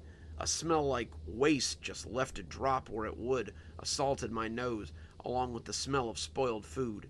Grandma was perched on the bed like a gargoyle, her eyes glued to the little TV on the nightstand. The glow from it illuminated her face like a death mask. It had only been a week, but she looked so haggard and so old that it almost scared me to look at her.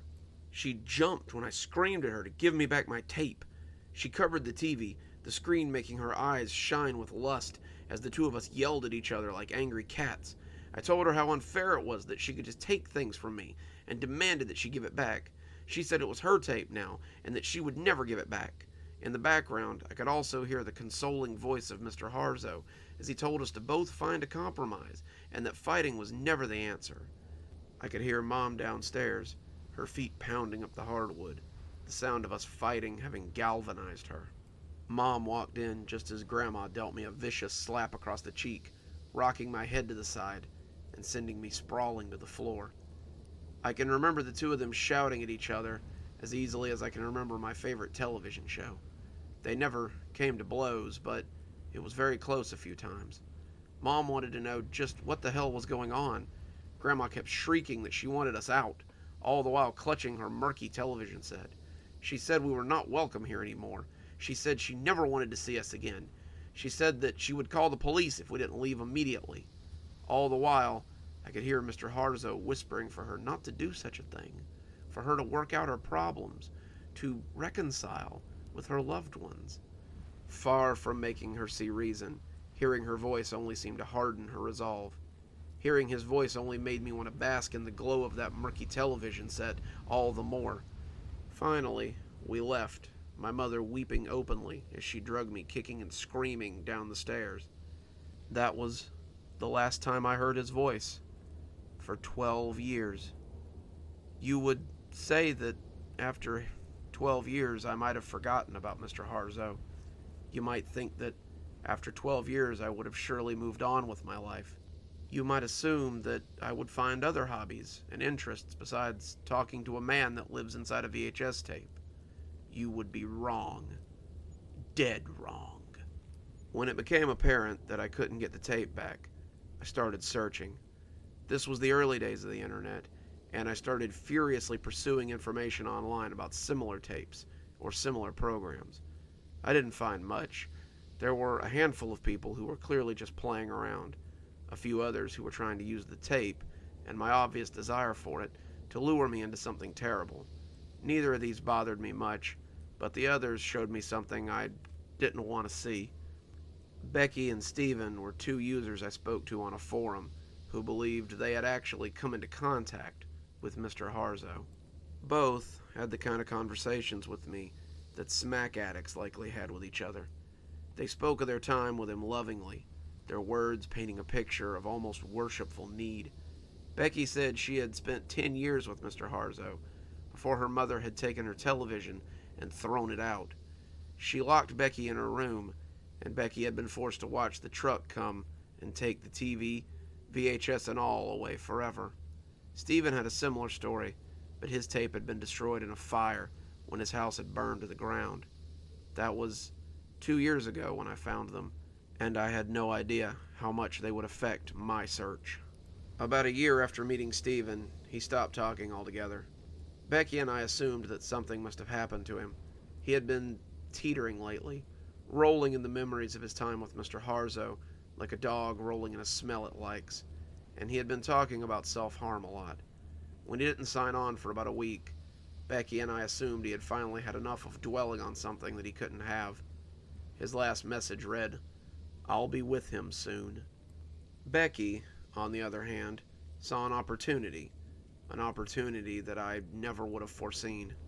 She had been asking a lot of very loaded questions about where I lived, and more importantly, where my grandmother lived. You see, Grandma was still alive, even after 12 years of living under Mr. Harzow's watchful eye. No one had seen her, no one had heard from her, and she just sort of lived off her retirement and her slowly deteriorating house. I had walked by a few times, trying to find a way inside while she was away, but she never left. Her groceries were delivered, her mail spilled from her box, and she simply existed inside her crumbling tomb. I saw what Becky was after, and refused to tell her where she could find my tape. Becky, it seems, was more resourceful than I had thought, though. About a week ago, Mom got a call that Grandma had died. The police told us that someone had broken into her house, probably thinking it was abandoned, and found her in her bedroom. The two had fought, and despite her age, Grandma had strangled them to death. Her heart, however, wasn't quite as strong as her hands, and she had died with her fingers pressed into the flesh of the intruder. The intruder had been identified as Rebecca Smythe, a resident of California, who seemed to have driven 800 miles just to break into my grandmother's house. It seemed that my internet friend had finally pinpointed where my grandmother lived, and it had been the end of her. The night after the funeral, I made my move. I broke a window around back, we no longer had a key to the house, and made my way through the unfamiliar squalor. The house was a wreck, junk and garbage piled everywhere, and when I finally found the stairs, I breathed a sigh of relief. They were sagging, the wood groaning as I walked up them, but they were still intact, and my prize was within reach. The TV was on the nightstand, its soft glow illuminating the bed where Grandma had breathed her last. The tape sat in the murky light, like a red invitation or a jolly splash of blood. I've been holding it, feeling its red plastic in my fingers for nearly an hour, as I contemplate whether or not to slide it in. It's not a question of whether I will or not. I have missed Mr. Harzow desperately for the last 12 years, but I wanted to take down this story before I give my life back to him. You may think this is his fault somehow, but I cannot blame him for what has happened. He told my grandma on that long ago day to reconcile with us. He never told me to hurt anyone. He never told me to be unkind to anyone. I think that's why people seek him. When Mr. Harzow speaks, you feel as though he speaks only for you. He accepts you, no matter what, and that kind of power is intoxicating. The TV accepted the tape in just the same way it always had, and now he's smiling at me and welcoming me back as an old friend. I think I'll go speak with my old friend for a while. I think I'll go speak with him for the rest of my life. One more story, and then I think I'm off to the land of Nod for a little while. But I know how much you guys enjoy my furry friends, so I thought I might save the best for last. I'm sure that we all have pets that we're proud of, that do strange and wondrous things. Maybe they do some things we're not so proud of, but that is the nature of pet ownership, I suppose. So, when the subject of today's story has a cat who catches a rat, let's see what kind of snowball effect that has on his life in general. It was a pretty normal thing to ask of a cat. Catch the rat and get your reward. I moved recently, and somehow I got a rat in my stuff. The apartment I had moved from was kind of a dump, but I'd never had a problem with rats. So when I opened the box and out came a big black wharf rat, I nearly had a heart attack. It came barreling out of the box and ran right behind my stove, all three of my cats watching it curiously from the top of the couch where they were perched.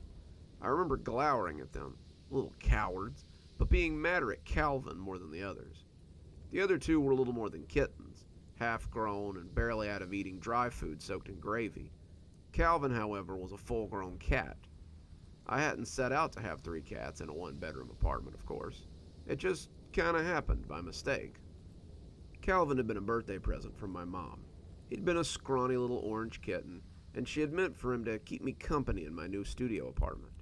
She had pulled him out of her pocket with a little flourish, and I had sighed as I tried to refuse him. He was very cute, his inquisitive amber eyes looking around with curiosity, but I really didn't want something to take care of right now. Keep him for the weekend. If you still don't want him, I'll come back and get him, she said. By Monday, you couldn't have taken him from me by any means less than high explosive. He was a playful little thing, always zooming around and getting into trouble, and I spent many nights with him curled up in my lap or sitting on my feet as I went to sleep. After a few months, though, he became kind of sluggish and mopey. I talked to a friend of mine, and she said he was probably lonely. She told me that cats are social creatures, and that it might perk him up if he had a little playmate. I talked to Mom, and she told me that the lady she'd gotten Calvin from had just had another litter of kittens. Calvin's brother cousin would probably be ready to leave his mom soon, and I could have a little friend for Calvin to play with. That's how Hobbs came to be my new addition. Before he could even arrive, though, I found Grayson. I was just walking through the Dollar General parking lot, just wanting to get a few things for dinner, when this pathetic little mew from under a giant truck caught my attention. He was a half-starved little gray kitten, scared and lost and looking for help. He was too small to even fight me when I picked him up and put him in my shirt pocket. I picked up a few things while I was inside, a water bowl and some wet food, and Grayson joined my growing little brood of cats. Calvin hated him at first, hissing and spitting at this interloper. But after a few weeks, I saw them playing and running together like old friends. Grayson seemed to idolize Calvin, and when I brought Hobbs home, the two of them hissed and spit at him until they finally accepted him as part of their world. The Littles, as I started calling them, followed Calvin around ceaselessly, and he was a good big brother and showed them how to be productively mischievous, as house cats often are. Then, when I got a raise at work, finally making the sort of money that could change my life, I moved out of my dingy studio apartment and into a nice 2-bedroom in a better part of town. And now, I had a rat. I spent the first 2 weeks in my new apartment ignoring him. I could hear him scuttling around, but I hoped he would leave on his own. I had 3 cats after all. Rats are supposed to leave if they smell a cat, right? This fellow didn't care about the existence of my timid little felines, though. He ate my snack cakes from the cupboard, tore into my breakfast cereal, and chewed holes in my bread and dry goods. After the 3rd morning of grabbing a cereal box and finding the contents spilling out onto the linoleum, I got angry. That's when I started trying to get rid of the damn rat. I put out traps, I put down glue boards, I bought poison and put it out in places that I knew would be hard for the cats to get to. I filled any hole I could find with steel wool and spray foam and hot pepper granules. When that failed to get the results, I hired an exterminator to come and have a look. To my surprise, he put down traps and bait and said he'd be back in a week. I rolled my eyes after he left, thinking that I had already done all of that. When that failed to get any result too, I started getting desperate. I bought those little noise generator things that are supposed to drive rats crazy. I bought candles that are supposed to make them go nuts. I used essential oils and left out different smelly foods that are supposed to drive them away. Nothing made any progress though. That's when I really started to get angry at my cats. I shouldn't have taken out my frustration on them, but I was becoming ridiculous. There's 3 of you. How is it that you can't catch one freaking rat? He's been eating your cat food too, you know, chewing holes straight into the bag. Are you really going to let him get away with that? The 3 of them just stared at me blankly, not understanding a damn thing I said. Okay, how about this?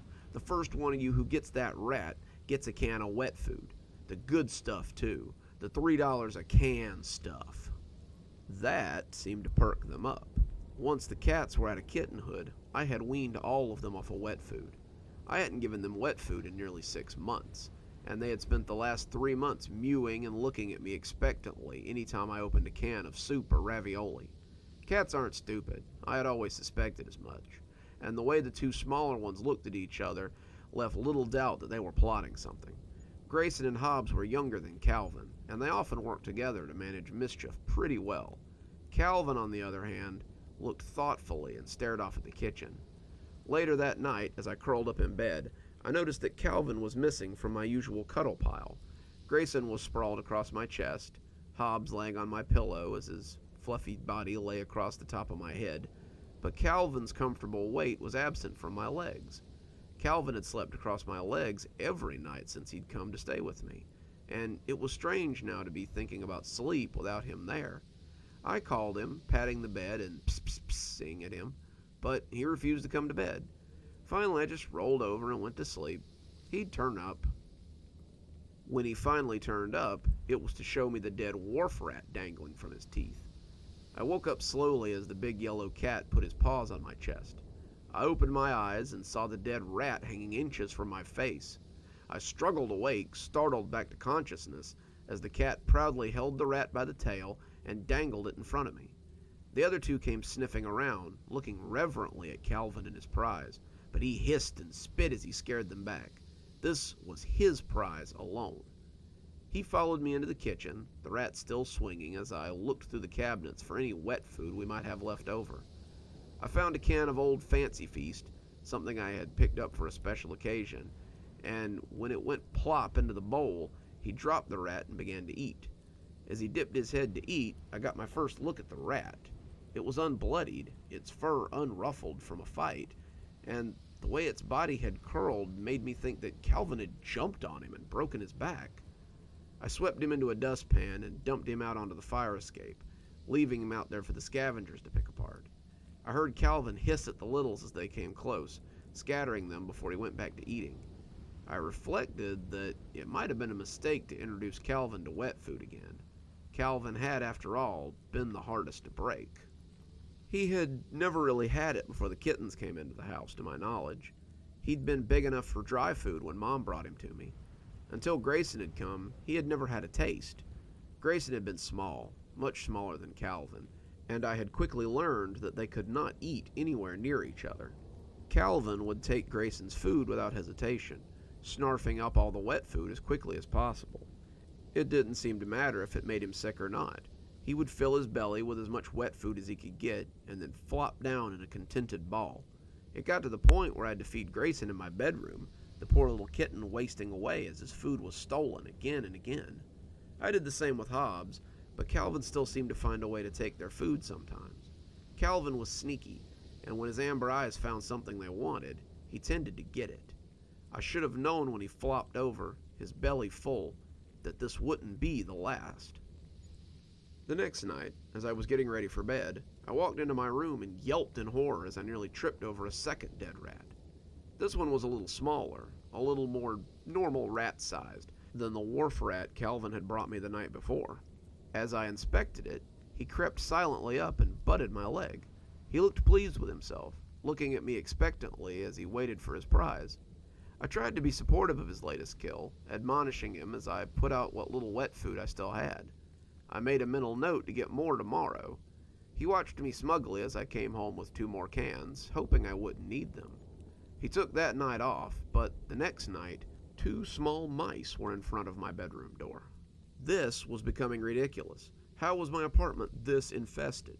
I hadn't seen so much as a roach or a mouse turd anywhere other than from the big rat that Calvin had killed. Not in the cabinets, not behind the fridge, not anywhere.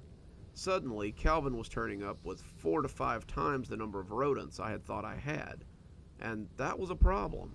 I made a note to call an exterminator the next day and disposed of the carcasses. I gave him the wet food and went to bed, figuring I would have a long day tomorrow. I called the exterminator on my lunch break, and he agreed to come out that afternoon. He met me at the door to my apartment, wearing an orange jumpsuit and carrying a heavy can of poison. He introduced himself as Mark. He asked me what I had going on, and I told him that my cats had been catching a lot of vermin since I moved in. He said that was pretty common, especially this close to the canal, and he said he'd have a look. The littles immediately came over to rub up against him, but I noticed that Calvin was keeping his distance. He looked at the exterminator distrustfully, keeping his perch atop the bookcase as his tail flicked unhappily. Mark set to work immediately, checking under the counters and shining his UV light around as he tried to find the rat's sign. He went through the kitchen, the bathroom, my bedroom, and finally checked the living room before making his way into my office. He said he hadn't found any rat sign, other than a small amount of scat under the sink. He said it looked like a single rat might have been here briefly, but that would explain the stowaway I found in my belongings. But what about the other 3, I asked. Mark shrugged. No clue. I'll come back in a week and check the glue traps, but I don't think I'll find anything. I told him I'd call him if anything changed, and he left after a few more pets from the littles and a few more glowers from Calvin. That night, Calvin came up with another rat. I praised him again, but I was beginning to wonder where he was coming up with all these rats. By the end of the week, it was really starting to get out of hand.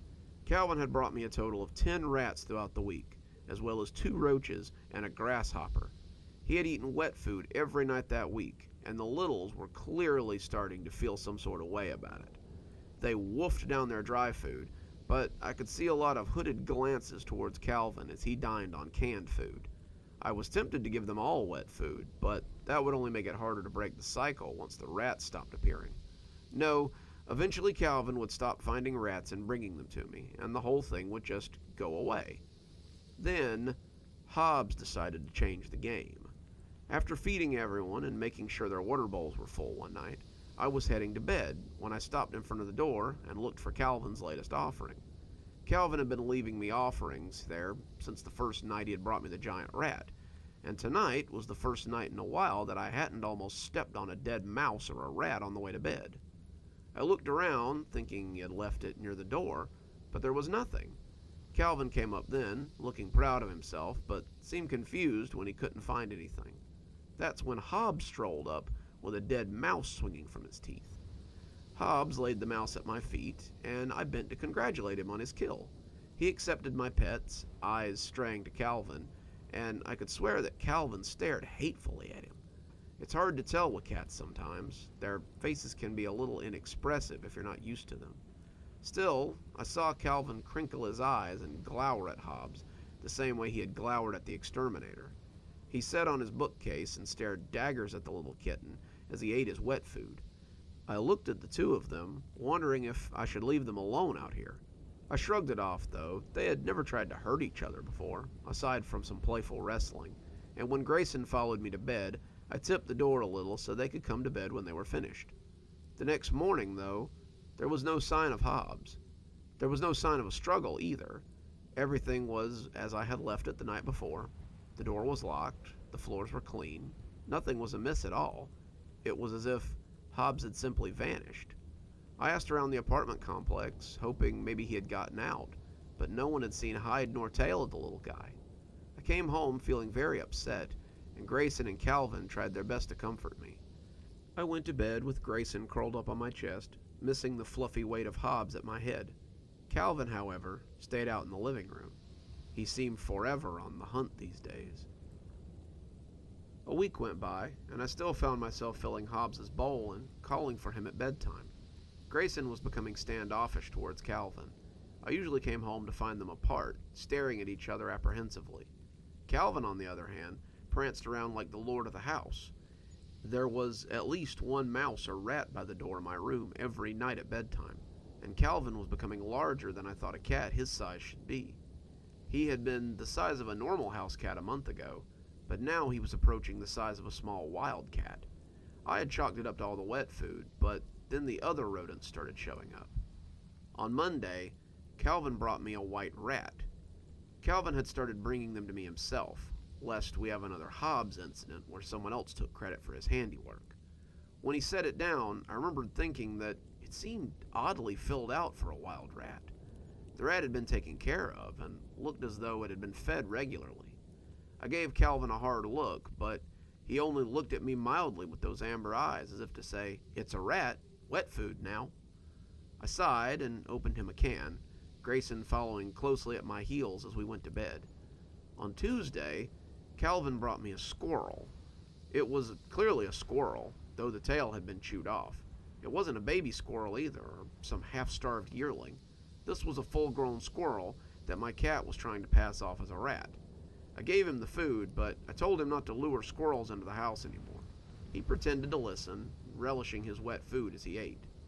On Wednesday, Calvin brought me a hamster. There was no disguising this one. He was red and white, his little cheeks stuffed with seeds, and by this point, I was making excuses. Maybe it had crawled in from the vents. Maybe someone's pet had gotten loose and wandered into the apartment. There was no way Calvin could get out of the apartment, right? On Thursday, Calvin brought me a guinea pig. He didn't even try to hide his smugness this time. Calvin flopped the fat little sausage of a rodent down and looked up at me expectantly. His eyes, had they always been that color? I remember them being more amber than crimson. Maybe it was a trick of the light. Perhaps I was just seeing things. My hands shook as I opened the can, and I closed the door this time as I went to bed. Calvin had grown another 3 inches seemingly overnight, and I was having a harder and harder time discerning his growth patterns without apprehension. Then, on Friday, I came home from work to find my landlord out in the hallway. I just thought I'd ask if maybe you'd seen my chinchilla. I told him I didn't know what a chinchilla looked like, to be honest, and he sighed. "It's my daughter's. It's missing. I paid over $1,000 for that little monster, and now he's just suddenly disappeared. If you see him, please let me know." I was waiting for Calvin that night when he came trotting in, the chinchilla holed snugly between his teeth. That's when I lost my temper with him. I told him this was unacceptable. He couldn't just go around killing people's pets. He had probably been catching other pets and killing them as well, and I was tired of it. I grabbed him by the scruff of the neck, and Calvin yowled miserably as I dragged him to the pet carrier. I put him in and locked the door, the spring locks keeping it shut. He could spend the night in the carrier to think about what he had done. He yowled and morowled as Grayson and I went to bed. I heard him kicking around in there as I tried to sleep. After a little while, though, he quieted, and I finally went to bed. I woke up to an empty bed, though. I looked around for Grayson, expecting to have him curled up next to me, and finding nothing. Again, there was no sign of a struggle, no blood or evidence of foul play, just a lack of cat and a sense of absence. I left the room, my eyes inevitably straying to the cat carrier in the corner as I searched the house for Grayson. Calvin and Hobbs had been like children to me, but Grayson had been special, even amongst my cats. I felt like I had saved him, like I had kept him from dying, and now he was gone. I had to halt my search, to stop myself from sobbing more than once. After I'd checked every room in the house, every hiding place, every nook and cranny, I turned my attention back to the pet carrier. It had been silent the whole time, unmoving and seemingly empty. I moved in slowly, not sure what to expect. Was Calvin dead too? He had spent a lot of time last night yowling, and now he was as silent as the grave. I bent low, putting my face near the mesh and looking in to find nothing. The pet carrier was empty. I jumped when someone knocked on my door, their thumping sounding frantic. It was the landlord again, and he looked very pale. "Excuse me, I'm going door to door. Have you seen, I mean," he lost what little composure he had, and I felt his face press against my shoulder, his tears moistening my shirt. "My son's missing. Have you seen anyone who might have taken him? I put him to bed in his crib last night, and when I woke up this morning, he was just gone. His mother's nearly catatonic, and the police can't find any evidence of a break-in. I don't know what to do. I'm seeing if anyone has seen anything. It's all I know to do." I commiserated with him, telling him that I would let him know if I saw anything. But my guts were already a-roil with fear. Surely he hadn't. There was no way. He was there on the coffee table as I closed the door, tail flicking in agitation. There was something in his mouth, something thick and pink, and as he rose up and sauntered over to me, I backed away, not wanting to see what it was. He was leaving little red splotches on the floor in his wake as he carried the strange offering to me, and I was even more certain that I didn't want it anywhere near me. However, when my bottom came up hard against the door, I was out of room to retreat. He lay the offering at my feet, looking up coldly with none of his usual smugness, and staying put to watch as I pushed it over with the toe of my shoe. Even without the toes, I could tell it was a small, delicate foot that someone had unceremoniously detached from the owner. The foot of an infant, if I had to guess. He's out there now, eating his wet food as I lay in bed with the doors locked. I flushed the remains of the small foot down the toilet. It flushed surprisingly easy, but I saw Calvin watching me the whole time from the door. All he does now is watch me, and I'm frankly afraid to touch him. He's different, not really like a cat anymore, and when he tried to jump in my lap earlier, I pushed him away. I just can't stand to have him near me. However, I'll be giving him his wet food from now on, rat or no rat. I'm afraid of what might happen if I let him get too hungry. Another day and another great bunch of stories come to an end. But don't be too sad, because I'll be back again with more cozy horror and more great times spent with yours truly, Dr. Plague. Until then, have a wonderful day and a spooky evening.